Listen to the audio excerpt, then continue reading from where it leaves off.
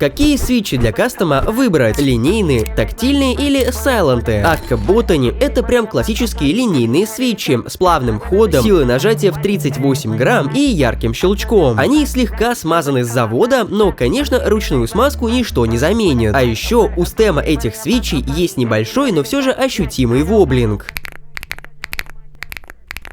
Akka Rosewood тоже линейные, на 40 грамм, но щелчок в момент нажатия сильно приглушен, из-за чего эти свитчи я считаю неким балансом между линейными и сайлентами.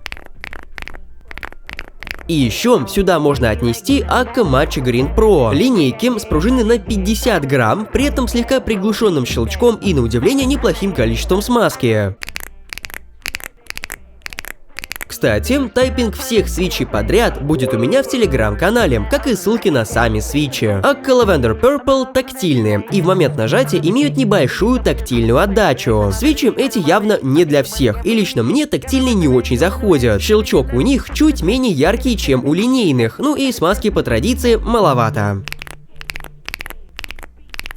Наконец, сайленты Akka Fairy. На стеме этих свитчей расположены специальные демпфирующие проставки, которые практически полностью гасят звук удара стема. Сила нажатия тут 50 грамм, и нажимаются они довольно тяжело. Сайленты тоже подойдут не всем. Как по мне, главная фишка механики — это тот самый щелчок в момент нажатия, а у сайлентов его просто-напросто нет. Но в то же время сайленты хорошо проявляют себя на длинных клавишах, чтобы сделать, например, пробел потише.